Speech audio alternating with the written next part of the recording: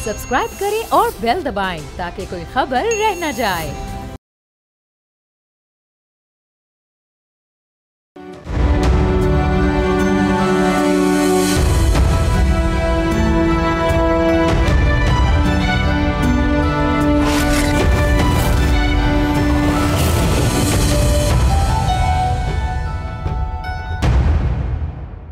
हुकूमत और अपोजिशन के दरमियान सियासी मुज़ाकरात एक बार फिर अगर मगर की नजर होते दिखाई दे रहे हैं। स्पीकर कौमी असम्बली याद सादिक ने वाज़ेह मौक़िफ़ इख्तियार किया है कि अगर अपोजिशन संजीदगी से मुज़ाकरात चाहती है तो स्पीकर ऑफिस से बाज़ाब्ता रुजू करे। दूसरी जानिब अपोजिशन इस इंतज़ार में है कि हुकूमत अपनी मुज़ाकराती कमेटी का ऐलान करेगी, जबकि रोजनामा जंग में शाया होने वाली एक खबर के मुताबिक हुकूमत ने PTI को वाज़ेह पैगाम दिया है कि जमहूरी और सियासी इस्लाहात पर बातचीत हो सकती है, लेकिन 2024 के इंतखाबात पर किसी किस्म के कोई मुज़ाकरात नहीं होंगे। खबर के मुताबिक इंतखाबात को मुस्तरद करने, कमीशन बनाने ऐसे मुतालबात भी नहीं माने जाएंगे, जबकि इंतखाबी एतराज़ात का फैसला इलेक्शन ट्राइब्यूनल्स और अदालतों के जरिए ही होगा। इस पेशरफ के बाद ये सवाल शिद्दत इख्तियार कर गया है कि आया अपोजिशन की मुज़ाकरात पर आमादगी दरअसल एहतजाज की तैयारी के लिए वक्त हासिल करने की हिकमत अमली है, और क्या मुज़ाकरात और एहतजाज बैक वक्त चल भी सकते हैं। इस हवाले से वज़ीर आला सुहेल आफरीदी का कहना है कि PTI एहतजाज के जरिए हुकूमत को मुज़ाकरात की मेज़ पर लाएगी। उनके मुताबिक मुज़ाहमत के बगैर मुफाहमत मौसर साबित नहीं हो सकती, जिसके बाद अब वज़ीर आला खैबर पख्तूनख्वा की अगली मंजिल कराची और अंदरून सिंध है, जहां chairman Peoples Party Bilawal Bhutto Zardari ने PTI से इंतहा पसंदी की सियासत को तर्क करने का मुतालबा कर दिया है।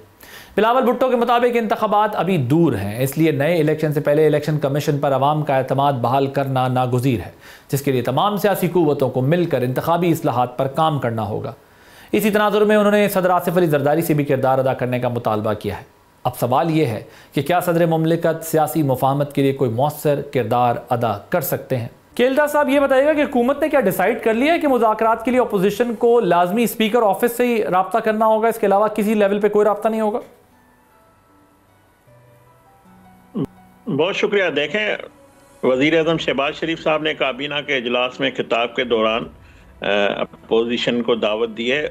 जो उन्होंने पेशकश की थी एक एलामिया के ज़रिए, तो हुकूमत साहब वो कस्टोडियन हाउस है, वो सबके हैं स्पीकर, और मुनासिब फोरम वो मौजूद है। और इससे पहले भी स्पीकर साहब भी पेशकश करते रहे, वज़ीर आज़म भी असम्बली के फ्लोर पे भी करते रहे।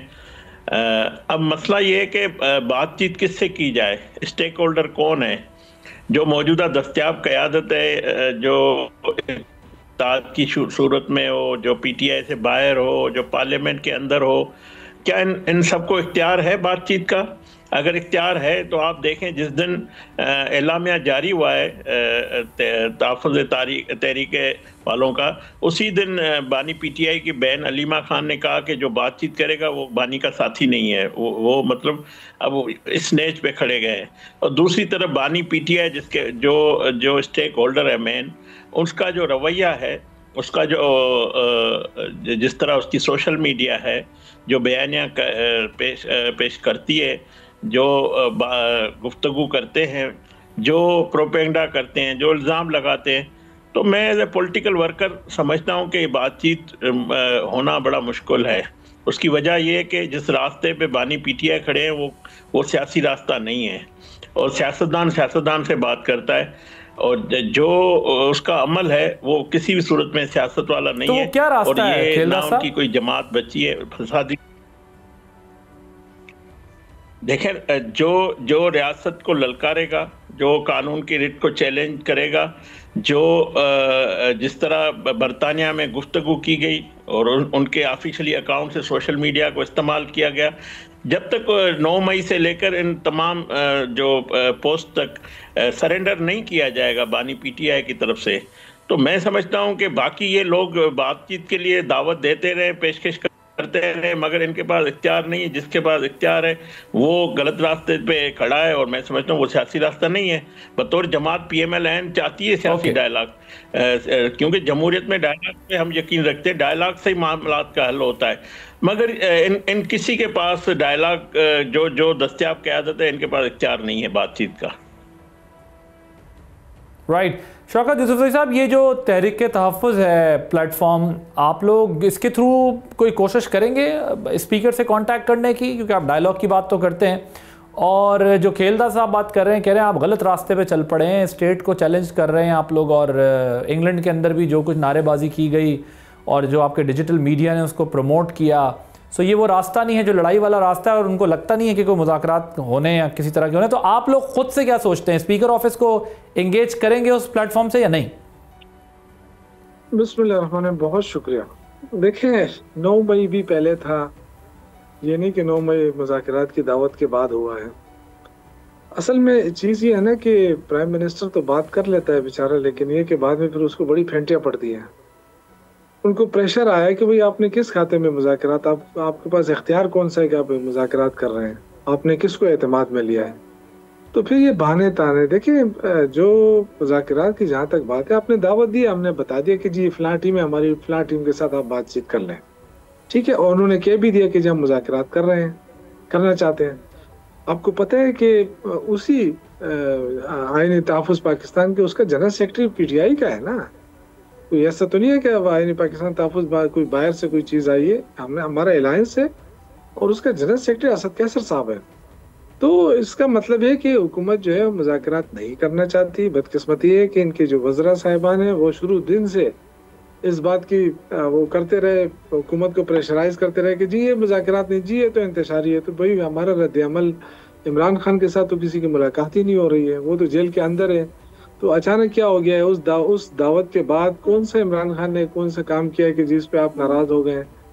तो इसका मतलब ये है कि ये हुकूमत नहीं चाहती है, ना इनके पास इख्तियार है। हम तो चाहते हैं, हमने तो कह दिया, हमने टीम भी बना दी, हमने बता दिया कि जी आप फलां के साथ मुज़ाकरात, हमारी मर्जी, हम जिसको आगे करें। बट ये भी तो कह रहे हैं कि आपके पास कोई इख्तियार नहीं है, इमरान खान ने फैसला करना है, आप लोगों के पास कोई इख्तियार नहीं। जिधर आप एक तरफ कहते हैं कि जी ठीक है मुज़ाकरात करने के लिए हम तैयार हैं, तो दूसरी सांस में आप ये कहते हैं कि अलीमा खानम साहिबा कहती हैं कि जी कोई जो मुज़ाकरात करेगा वो हमारा साथी नहीं है।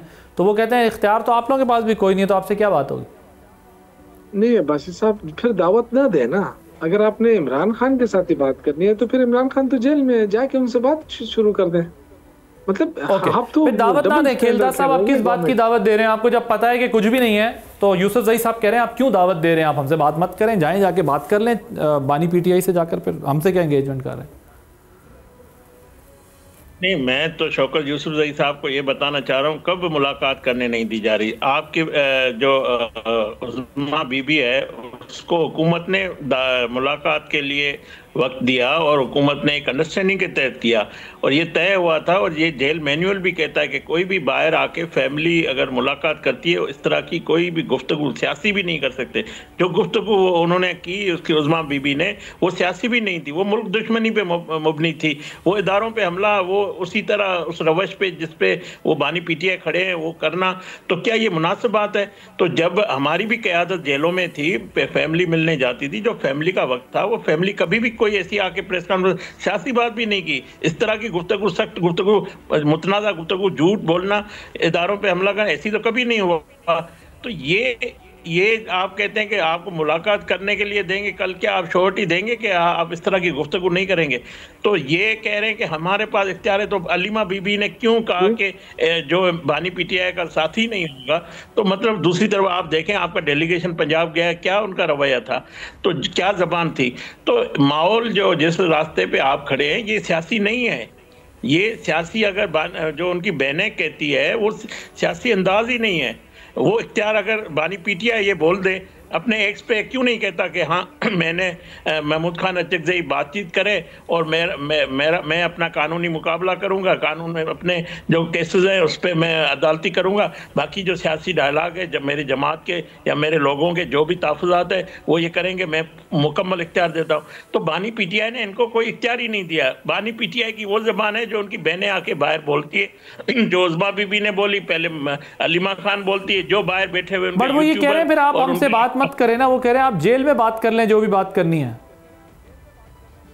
देखें जेल में क्या उनको हम क्या रिलीफ दें? वो एक मुजरिम है, एक सजा याफ्ता मुजरिम है, उन्होंने वो अपने केस एक जुर्म में वो मुल्ज़िम है, तो उससे क्या बात करनी है? हमें कोई बात उससे नहीं करनी। जो जमात चाहती है कि सियासी डायलॉग निकालें तो सियासी इन्वायरमेंट वो बनाएं। वो सियासी रास्ते पे आए तो जरूर बातचीत करेंगे। हमारी पेशकश तो आज भी मौजूद है इनको, अगर वजीर आजम की पेशकश आज भी मौजूद है, अगर सियासी डायलॉग पे ये यकीन रखते हैं तो सियासी डायलॉग करें, अगर वो जिस रास्ते पे खड़े हैं वो करना चाहते हैं तो बेशक वो करें। अच्छा, ये शौकत यूसुफ ज़ई साहब, वो क्या एक बात उन्होंने भी की है कि जी गो अहेड, मैं इसका जवाब दे दूं फिर आप बेशक सवाल कर लें। देखें, ये कंफ्यूज है। कंफ्यूज इसलिए है कि एक कह रहे हैं कि जी जो डायलॉग के लिए टीम में मुंतखब हुई है उनके पास इख्तियार नहीं। अच्छा, अब आप पहले ये बताएं कि आप मुज़ाकरात किसके साथ करना चाहते हैं? इमरान खान के साथ करना चाहते हैं? वो तो जेल में है। अगर आप उसकी टीम के साथ करना चाहते हैं तो उन्होंने अपने नामजद किया है महमूद खान अचकज़ई साहब को और अल्लामा राजा नासिर साहब को। अब आप कह रहे हैं कि नहीं, ये हमें नहीं चाहिए। दूसरी तरफ आप मुलाकात के लिए शराइत रख रहे हैं कि जी इस शराइत पे आप मुझे बताएं कि आप किसी और को तो मुलाकात के लिए इजाज़त नहीं दे रहे। अगर बहनें आकर बाहर ये ना बताएं कि इमरान खान किस हालत में है तो और कौन बताएगा? आप बताएं मुझे। वो इमरान खान कोई आम आदमी तो नहीं है ना, उसके तो मानने वाले, लेकिन मसला देखिए, मसला सिर्फ यहाँ तक तो यूसुफ ज़ई साहब, मसला सिर्फ यहाँ तक तो नहीं रुकता ना कि वो हालात बताएं। वो तो फिर बहुत ऐसी बातें हो जाती हैं जो बातें आप भी टीवी पे बैठ के नहीं कर सकते, आप अपने सोशल मीडिया को भी जो है डिफेंड नहीं कर पा रहे होते ना। मसला सिर्फ वहाँ तक तो नहीं है कि वो हालात बताएं। दूसरा अभी एक, आपको नहीं लगता ये अभी जो इंजीनियर मोहम्मद अली मिर्जा की भी एक क्लिप बड़ी वायरल हुई हुई है जिसके अंदर वो बता रहे हैं कि वो किस हालत में है, और जो एक बाहर इंप्रेशन था वो तो उसके मुख्तलिफ था, क्योंकि इंजीनियर मिर्जा जो है उनका बिल्कुल साथ में ही उनके साथ जेल थी। ये देखिए, मैं अर्ज करूँ, आप पार्टी को स्पेस भी नहीं दे रहे, आप इमरान खान से मुलाकात की इजाज़त भी नहीं दे रहे, और आप जो बैरिस्टर गौहर साहब हैं, बड़े मुतदिल मिजाज के बंदे हैं, उनसे भी आप बात नहीं करना चाहते। कहते हैं जी इनके पास इख्तियार नहीं है। और अगर इमरान खान टीम नामजद करते हैं, आप कहते हैं इनके पास इख्तियार नहीं है। तो फिर जाए जो मर्जी है करें, आप स्पेस तो वैसे भी नहीं दे रहे हैं पार्टी को, तो जो करना है करें। फिर अगर मसला बनेगा तो फिर नुकसान तो पाकिस्तान का होगा, आपको तो कुछ नहीं होगा। आप तो, आपके आगे तो बहुत सारी रुकावटें हैं, पुलिस खड़ी है आपको हसार में ले लेगी, लेकिन नुकसान तो पाकिस्तान का होगा ना। तो ये चाहते हैं कि पाकिस्तान का नुकसान हो, क्यों चाहते हैं ये? देखिए, बिल्कुल रास्ता निकल सकता है अगर ये थोड़ा सा तामुल मिजाजी और थोड़ा से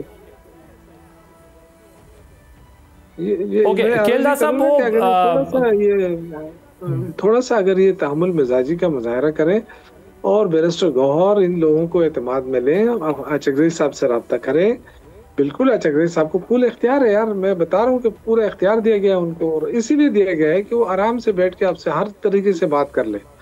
पीटीआई के साथ तो ये मसला है ना कि आपका मगर वो तो एक इंप्रेशन ये क्रिएट हो गया ना कि एक तरफ उन्हें इख्तियार दिया है मुज़ाकरात का, दूसरी तरफ अलीमा साहिबा कहती हैं मुज़ाकरात जो करेगा वो हम में से नहीं। अब आप इससे बड़ा क्या कर सकते हैं कि आप मुज़ाहमत करेंगे और इस्टेब्लिशमेंट को अपने ताबे कर लेंगे, या हुकूमत को आप कह देंगे कि ठीक है अब आप जा सकते हैं क्योंकि हमने जो है वो एक बड़ी मुज़ाहमत का आगाज कर दिया। कैसे घर भेजेंगे गवर्नमेंट को?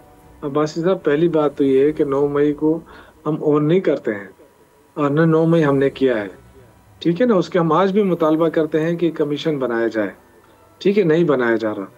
दूसरी बात ये है कि देखें, हम सियासी लोग हैं, हम सियासी स्ट्रगल तो कर सकते हैं। क्या इस मुल्क के अंदर सियासी जदोजहद कभी नहीं हुई है और या इसकी इजाज़त नहीं है? हमारे पास क्या ऑप्शन है जब खिलदार साहब जैसे मिनिस्टर जो तो आपकी मुज़ाहमत से मुराद जलसे जुलूस है? देखिए, मेरी बात तो सुने ना। जब मेरे भाई मिनिस्टर साहब ये कह देते हैं कि इनसे कोई मुज़ाकरात नहीं होंगे, तो फिर हमारे एक पॉलिटिकल पार्टी, आप मुझे बता दें कि क्या धरना देना, जुलूस निकालना, एहतजाज करना, क्या ये हमारा हक नहीं है?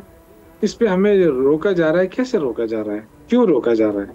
उसको फिर इंतशार का नाम क्यों दिया जा रहा है? क्या आप अगर किसी की मुखालफत में काम करेंगे, हुकूमत मुखालिफ बयानियाँ देंगे, तो क्या वो दहशतगर्दी है?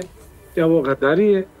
ये तो बड़े अफसोस की बात है। सर, वो कह रहे हैं आपने 26 नवंबर को भी हुल्लड़बाजी की, वो कहते हैं आपने जो है 9 मई को भी तबाही की। गवर्नमेंट तो कहती है कि हम कैसे रिस्क ले लें। नहीं, एक मिनट अब्बासी साहब, आप बड़े उसका स्टेटमेंट दे रहे हैं। मतलब कौन सी तबाही किया मुझे बताएं। हमने कोई पार्लियामेंट पे दावा बोला है या कि इन्होंने फायरिंग की है, इन्होंने लोगों को मारा है? तो तबाही किसने की है? हमने की है। कौन से गमला तोड़ा हमने? गवर्नमेंट आप पे इल्जाम लगा रही है, आप गवर्नमेंट पे इल्जाम लगा रहे हैं, तो जिस तरह बयान कर रहे हैं, इस एनवायरनमेंट में आप कैसे करेंगे? मुझे बताएं ना। नहीं देखें, अब ये तो अगर एक फाशिस्ट हुकूमत आ जाए ना, तो उसके आगे मुकाबला तो करना पड़ता है। फाशिस्ट हुकूमत है, ये अपनी मुखालिफत को नहीं मान रहे, मतलब ये कि मुखालिफ बयानिया ये समझते हैं कि ये इंतशार है। अब आप खुद सोचें, जमहूरियत के अंदर बाकायदा होता है, गवर्नमेंट का अपना होता है मौक़िफ़, अपोजिशन का अपना मौक़िफ़ होता है, लेकिन ये मुखालिफ मौक़िफ़ को नहीं मान रहे। अब जब नहीं मान रहे हैं तो क्या हम सरेंडर कर लें? हम इस मुल्क के अंदर जमहूरियत चाहते हैं, हम रूल ऑफ लॉ चाहते हैं। साहब quickly, because we are running out of time, अब वो कह रहे हैं कि आप चूंकि हमें साइडलाइन कर रहे हैं, कॉर्नर कर रहे हैं, 26 नवंबर भी झूठा आपने हम पे किया, 9 मई भी आपने हम पे झूठा कर दिया, तो वो कहते हैं कि अब हम क्या करें, मुज़ाहमत नहीं करेंगे तो क्या करेंगे, धरने एहतजाज नहीं करेंगे तो क्या करेंगे। लेकिन मुझे उनकी बातों से अंदाज़ा हुआ कि वो 9 मई जैसा कुछ नहीं करना चाहते, जलसे और एहतजाज करना चाहते हैं बस। तो वो कहते हैं आप अगर हमें ये नहीं करने देंगे तो हम क्या करेंगे और हमारे पास क्या रास्ता है? आप डायलॉग भी नहीं कर रहे, और जब डायलॉग नहीं कर रहे तो हमारे पास क्या रास्ता है अपनी राइट्स लेने का आपसे? पहले भी इनके सीएम आए थे, 100 दिन का टाइम दे के गए थे कि मैं जो है इनकलाब लाऊंगा, वो 100 दिन के बाद उसको तब्दील कर दिया गया। अभी भी सीएम मोबिलाइजेशन के लिए आए थे, क्या किया? कोई शख्स नहीं निकला, अवाम ने इनको मुस्तरद कर दिया। तो अगरचे ये जमहूरियत में इनको इजाज़त है कि पुरअमन एहतजाज करे, अपनी सियासी सरगर्मियाँ करे, कोई नहीं रोक रहा, मगर बदकिस्मती से इनके पास अब वो जो है लोग नहीं है, उनके पास वो पावर नहीं है। अवाम उनको मुस्तरद कर, उनकी जमात के अंदर लोग निकलने के तैयार नहीं है। कहाँ है लीडरशिप, कहाँ दस्तियाब, कहाँ गए? हमारा मैंडेट है, एक एमपी तब भी कितने लोग सूबे में 12 लोग भी ये नहीं निकाल सके। 1 मिनट चौका साहब, मुझे कंक्लूड करना है सेगमेंट। सियासी प्रोग्राम के लिए आए तो क्या सियासी प्रोग्राम करना जुर्म है इस मुल्क के अंदर? दूसरी बात ये कि क्या उन्होंने आके कोई गमले तोड़े, कहीं से स्टार्ट किया? और आपने कहा कि हमने बड़ी इज्जत दी, बहुत बड़ी इज्जत दी आप लोगों ने। मेरे ख्याल से ये इज्जत अल्लाह किसी को ना दे तो अच्छा ही है। आज मरियम नवाज साहिबा को खत लिखा है वज़ीर आला ने, उस पर एहतजाज किया एक मुंतखब वज़ीर आला के साथ। देखिए पंजाब के लोग जो है ना आदिल भाई, पंजाब के लोग बड़े कदरमंद लोग हैं, कदरदान लोग हैं, बड़े मेहमान नवाज हैं। हम जब भी गए हैं हमारी बड़ी मेहमान नवाजी की है, बड़े अच्छे लोग हैं। लेकिन इन्होंने तो सर, वो कहते हैं शर्म से सर झुका दिया इन्होंने, जो हरकत की है। Thank you so much Shaukat Yousafzai साहब। खेलदास कोहिस्तानी साहब मौजूद थे हमारे साथ। गुफ्ता नहीं है बज़ाहिर कि किसी भी किस्म का कोई डायलॉग रंग लाने वाला है, बल्कि रंग में भंग पड़ चुका है जिस किस्म की इस वक्त सियासत हो रही है। एक ब्रेक लेंगे, ब्रेक के बाद जब वापस आएंगे तो टेररिज्म का मसला 2025 में फिर सर उठाया और एक ख़तरनाक साल साबित हुआ, इस पर ज़रा बात करेंगे एक ब्रेक के बाद।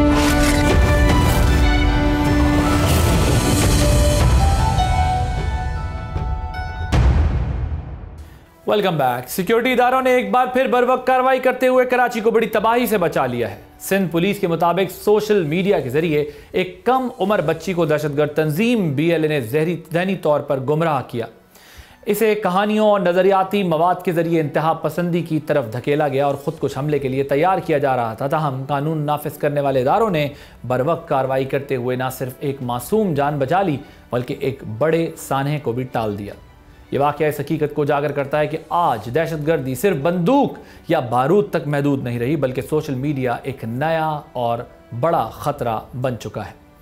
दूसरी तरफ Pakistan institute for conflict and security studies की रिपोर्ट के मुताबिक साल 2025 पाकिस्तान में दहशतगर्दी के हवाले से इंतहाई खूनरेज साबित हुआ है, जहाँ दहशतगर्दी के खिलाफ जंग में 3,387 अफराद जान से गए, जिनमें 63% दहशतगर्द थे। रिपोर्ट के मुताबिक 2025 दहशतगर्दों के लिए 2015 के बाद सबसे मोहलिक साल रहा, जबकि सिक्योरिटी फोर्सेस के लिए 2011 और आम शहरियों के लिए गुज़िश्ता एक दिहाई का बदतरीन साल करार दिया गया। दहशतगर्द हमलों की तादाद, खुद कुछ धमाकों और ड्रोन्स के इस्तेमाल में वाज़ेह इजाफा देखा गया, जबकि मजमूई तौर पर 3000 से ज़ायद अफराद इस जंग का ईंधन बने। आदाद शुमार के मुताबिक सबसे ज़्यादा तशद्दुद खैबर पख्तूनख्वा, बिलखुसूस कबायली अजला और बलूचिस्तान में देखने में आया। सिर्फ बन्नू में 2025 के दौरान दहशतगर्दी के 134 हमले हुए, जिनमें 27 पुलिस एहलकार शहीद और दर्जनों जख्मी हुए। ताहम इसी अरसे में पुलिस और सिक्योरिटी इदारों ने सैकड़ों इंटेलिजेंस बेस्ड ऑपरेशंस करके दर्जनों दहशतगर्दों को हलाक और गिरफ्तार भी किया। साथ ही पाकिस्तान और अफगानिस्तान के ताल्लुकात भी इस मसले पर तनाव का शिकार हैं, जहां पाकिस्तान की जानिब से सरहद पार दहशतगर्दी और TTP की मौजूदगी पर मुसलसल रिजर्वेशंस का इजहार किया जा रहा है। ऐसे में सवाल ये है कि जब दहशतगर्दी की नौयत बदल रही है, सोशल मीडिया एक नया महाज बन चुका है और ख़तरात मज़ीद पेचीदा हो रहे हैं, तो क्या पाकिस्तान इंसदाद दहशतगर्दी हिकमत अमली इन नए चैलेंजेस से निमटने के लिए काफ़ी है? और 2025 में जारी इस तवील जंग के मुस्तकबिल का रुख क्या होने जा रहा है? इसी पे बात करने के लिए मेरे साथ मौजूद हैं major general retired Zahid Mahmood साहब, डिफेंस एनालिस्ट हैं। जनरल साहब, thank you so much for joining us. ये जो सोशल मीडिया की बात हो रही है कि पाकिस्तान में ये जो टेररिज्म का नेटवर्क है, इसके लिए बहुत इफेक्टिव टूल बनता जा रहा है।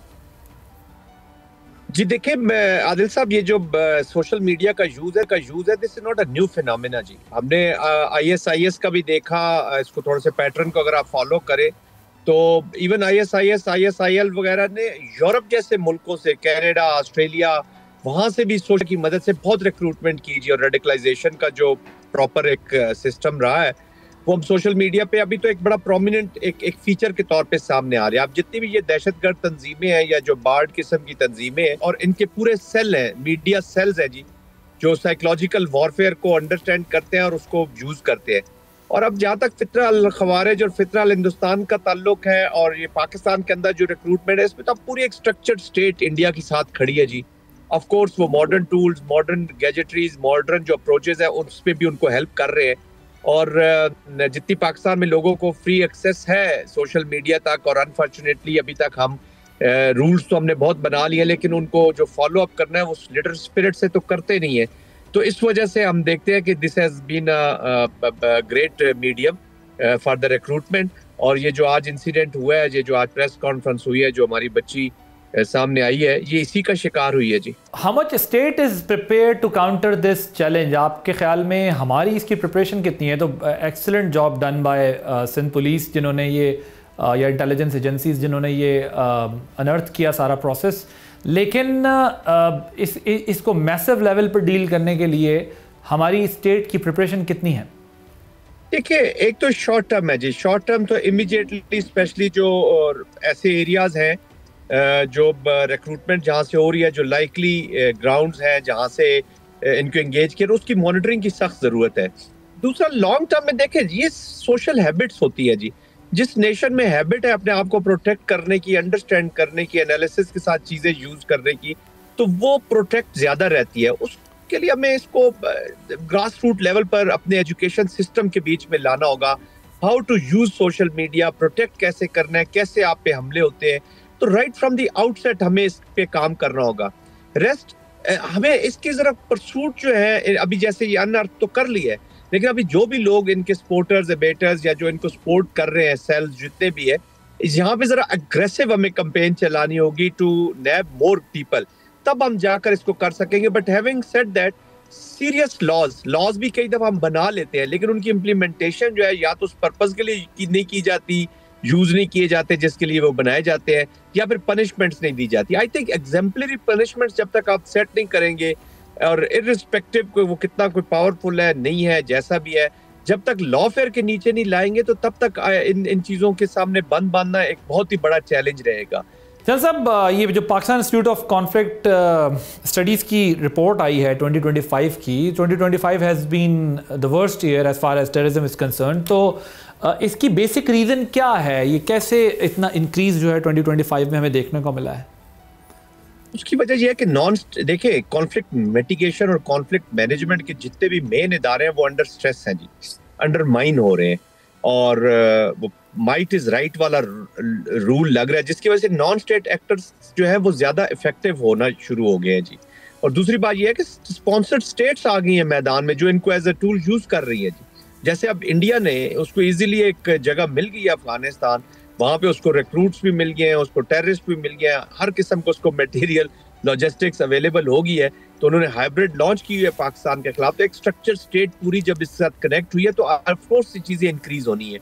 Secondly, again there are countries जिन्होंने नॉन स्टेट एक्टर्स को यूज करते हैं जी to pursue their political objectives, और अभी तो जो इलीगल स्पेक्ट्रम है उसका भी साथ कनेक्शन हो रहा है, पॉलिटिक्स का भी कनेक्शन हो रहा है, और पॉलिटिक्स के साथ बहुत कनेक्शन हो रहा है इस नॉन स्टेट एक्टर्स के यूज का, खासतौर पे साउथ एशिया में आप देख लें, जिस तरीके से अभी बांग्लादेश में ये यंगस्टर जो पॉलिटिकल वो विक्टिम हुआ है बेचारा उस्मान हादी, वो भी इसी टेररिज्म का विक्टिम हुआ है।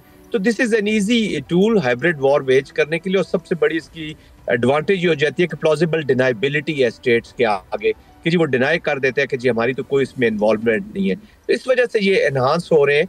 ये जो सुसाइडल्स हैं, इनके अंदर जो इंक्रीज़ है या जो ड्रोन्स का यूज़ हो रहा है, इस इंक्रीज़ को आप किस तरह देखते हैं, टेक्नोलॉजी भी और सुसाइडर्स का भी? और हम ये despite making lot of efforts, हमने कितने IBOs करते हैं, कितना जो है वो टेररिज्म के खिलाफ जाते हैं, लेकिन उसके बावजूद हमलों में कमी, डिक्लाइन उस तरीके से नहीं दिखाई दे रहा। इसका क्या रीज़न है?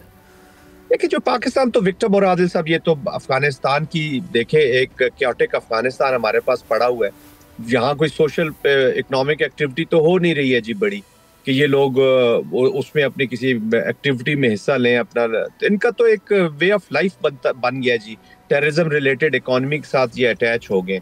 बट हैविंग सेड दैट, जब नेशनल एक्शन प्लान जैसी चीजों के ऊपर आप एक्शंस नहीं लेंगे, उसको सीरियसली लेंगे, तो फिर इस तरह के सोशो इकोनॉमिक डिप्रीविएशंस की वजह से ब्रीडिंग ग्राउंड जरूर रहेंगे। ऊपर से माहौल ऐसा बन गया हुआ है, एक एनवायरनमेंट ऐसी क्रिएट हो गई है जहाँ पे इंडिया अपनी हजीमत मिटाने के लिए वो ऑलरेडी तैयार खड़ा था, तो उसको तो एक आइडियल सिचुएशन मिल गई है, रिक्रूट्स भी मिल गए, सारा कुछ यहाँ से अवेलेबल हो गया जिनको वो यूज कर रहे हैं। तो ये दैट्स व्हाई कहते हैं ना कि जी जो टेररिस्ट है उसको तो मिलिट्री लड़ लेगी, लेकिन जो टेररिज्म है, एक्सट्रीमिज्म है, इसको लड़ने के लिए, दहशतगर्दी को लड़ने के लिए पूरी नेशन ने काम करना होता है। और नेशन का ये मतलब नहीं है कि सारे अलर्ट खड़े हो जाते हैं। नेशन काम ये होता है कि जो सोशो इकोनॉमिक डिप्रीविएशंस है, पॉलिटिकल डिस्पेंसेशंस है, पॉलिटिकल पार्टिसिपेशन है, ऑल इंक्लूसिव अप्रोच है, होम ग्रोन सॉल्यूशंस है, उन सारों को फिर आपने एड्रेस करना होता है, सबको साथ लेके चलना होता है। तो पॉलिटिकल ओनरशिप अब जो एज यू सेड कि Afghanistan is the main reason behind, क्योंकि आपका बॉर्डर है उसके साथ, वो इतना बड़ा बॉर्डर है और डिस्टर्ब रहा है सालों से वो रीजन में, वो कंट्री अभी तक वहाँ स्टेबिलिटी नहीं आ रही है। इंटरिम अफगान गवर्नमेंट जो है वहाँ पर, उसकी भी रिस्पॉन्सिबिलिटी है। बट अब हमारे पास क्या डिप्लोमेटिक ऑप्शंस ज़्यादा डूएबल हैं, वो ज़्यादा ऑप्शन स्ट्रॉन्ग है, या हमें क्रॉस बॉर्डर काइनेटिक ऑपरेशंस ही इसका सोल्यूशन है? बिकॉज वो तो अब बॉर्डर है, वो आपकी एक रियलिटी है, हम उसको इनकार नहीं कर सकते। हम 70 से लेके 60 से आज तक उसको, बल्कि लोग तो हिस्ट्री नहीं जानते, हम 40s और 50s से ही वो चैलेंज फेस करते आ रहे हैं। लेकिन इसमें दो ऑप्शंस में क्या ज़्यादा इस वक्त हमारे पास ऑप्शन बेटर है? दोनों। देखिए, जो डायलॉग है ना आदिल साहब, हमें समझने की जरूरत है, ये वॉर का हिस्सा है जी। This is part of the war जो मेकिंग है, उसमें डायलॉग भी होता है, काइनेटिक भी होता है, लेकिन हर एक का एक वक्त होता है जी। You have to create an environment for a successful dialogue with the kinetics. Kinetic बगैर, अभी देखें आज आप कहते हैं जी डायलॉग, जो लोग पाकिस्तान में बहुत शोर करते हैं जी डायलॉग, और जितना पाकिस्तान ने डायलॉग को चांस दिया है, मौका दिया, शायद ही दुनिया में किसी ने दिया। आपके पास क्या है उनको देने के लिए? क्या आप अटक तक सरजमीन देने को तैयार हैं? क्या अपना वे ऑफ लाइफ आप चेंज करने को तैयार हैं? क्या आप अपनी बच्चियों को स्कूलों से उठाने के लिए तैयार हैं? क्या औरतों का बाहर निकलने? तो we have nothing to offer to them. आप और उनको आप क्या कह रहे हैं कि अपनी सॉइल को मत यूज होने दे? वो मान नहीं रहे हैं, वो बल्कि उनके साथ पार्टनर बने हुए हैं। तो this is not the environment. इसमें आप डायलॉग करेंगे तो आपके पास तो कुछ भी नहीं है ऑफर करने के लिए ना। फिर आप एक एनवायरनमेंट क्रिएट करते हैं जिसके ऊपर वो आपके नजदीक आएंगे और आपकी कुछ की कन्वर्जेंस कहीं पे खड़ी होगी जी। वरना तो if they think they are winning या उनकी प्रेशर के नीचे ये है, तो वो तो फिर अपनी मर्जी करेंगे। एंड अनफॉर्चुनेटली तालिबान इनके साथ जो माजी का ट्रैक रिकॉर्ड रहा है, वो कोई ट्रस्ट करने वाला रिकॉर्ड रहा नहीं है। इसलिए हमें एक हद तक कहीं जाना होगा। और जब तक अफगानिस्तान के अंदर से सीरियस आवाजें उठना शुरू हो चुकी हैं, ऑलरेडी देयर आर वॉइसेस, वो अंदर के हालात को ठीक नहीं करेंगी, तब तक एक नॉन स्टेट एक्टर से डायलॉग का इस वक्त फायदा नहीं होगा। बट टाइम होता है, साथ साथ दोनों चलते रहेंगे जी।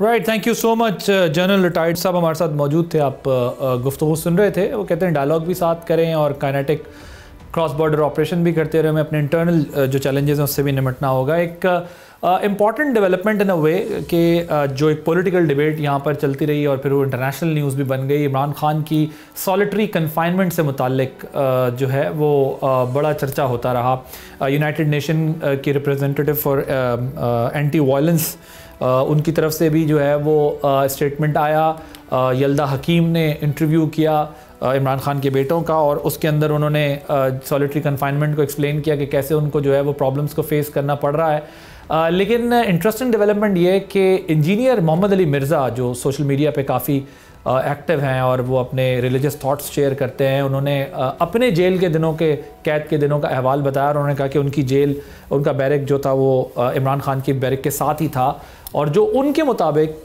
जो वो ये समझते हैं कि जो उन्होंने देखा और अपना आइडिया शेयर किया, वो कहते हैं कि सॉलिटरी कन्फाइनमेंट वाला मामला नहीं है। उनके पास 6 सेल्स हैं जिसके अंदर उसमें वो एक सेल के अंदर हैं, उनकी दीवारें जुड़ी हुई थी इंजीनियर मिर्ज़ा साहब की उनके साथ। तो उन्होंने कहा कि वो बेहतरीन खाना खाते हैं 2 टाइम, उनका मुशक्क़ती है, उसके साथ वो क्रिकेट के ऊपर बातें करते हैं, उनके सेल के बाहर जो है वो रोशनी है, सूरज है, वो बाकायदा वो फेस करते हैं, लाइट भी फेस करते हैं। फिर खाना उन्होंने कहा कि उनके लिए वो स्पेशली बनता है, जो कि अमूमन जेल में लोगों को इस तरह खाना मैसर नहीं होता, और उन्होंने कहा बड़ी खुशबुएँ आ रही होती थी उनके उससे जो खाना बन रहा होता था। नहीं, उन्होंने बताया कि क्या वो खाना खाते हैं। साथ ही उन्होंने ये बताया कि ये बात दुरुस्त नहीं है कि वो जो है वो किसी ऐसी कैद तन्हाई में है जहाँ पर उनका कोई इंटरेक्शन नहीं है, क्रिकेट पे बात करते हैं अपने जो मुशक्क़ती है उसके साथ, जो उनके लिए खाना भी बनाता है और वो सब कुछ होता है। तो अब उनकी तरफ से ये बात सामने आई है, और यूनाइटेड नेशन के रूल 75/175 के मुताबिक रूल 44 कहता है कि वो सॉलिटरी कन्फाइनमेंट होती क्या है, जिसको नेल्सन मंडेला रूल भी कहा जाता है। तो उसके मुताबिक जो बयान कर रहे हैं स्टोरी इंजीनियर मोहम्मद अली मिर्ज़ा, वो मुताबिकत नहीं रखती, और वो बज़ाहिर ऐसा लगता है कि वो सॉलिटरी कन्फाइनमेंट नहीं है। जो सहूलियात इंजीनियर मोहम्मद अली मिर्ज़ा बता रहे हैं उसके हवाले से लगता नहीं है कि ऐसा है, और वो ये कहते हैं कि मैंने जो है वो सारा कुछ खुद फिटनेस किया है। और इससे पहले PTI ने जो है इसके ऊपर काफ़ी बात की और कहा कि वो ऐसी हिरासत में हैं जहाँ पर उनका ह्यूमन इंटरेक्शन नहीं है, और वो बिल्कुल है। उन्होंने कहा किताबें भी पढ़ते हैं, TV की सहूलत भी उनको मैसर है। तो ये तमाम दावा जो है वो इंजीनियर मोहम्मद अली मिर्ज़ा ने किया है कि ये बात दुरुस्त नहीं है कि उनके पास TV, किताबें या अखबारात का एक्सेस नहीं है। और इंटरनेशनल मीडिया के ऊपर PTI ने इसकी एक हाइप क्रिएट की कि जैसे वो सॉलिटरी कन्फाइनमेंट में हों। सो ये सूरत हाल सामने आई है, और इंजीनियर मोहम्मद अली मिर्ज़ा ने जो दावा किया है वो उसके बरक्स है जो PTI का सोशल मीडिया या PTI के लोग इंटरनेशनल मीडिया पे बताते रहे। आदिल अब्बासी को इजाज़त दीजिए, अल्लाह हाफ़िज़।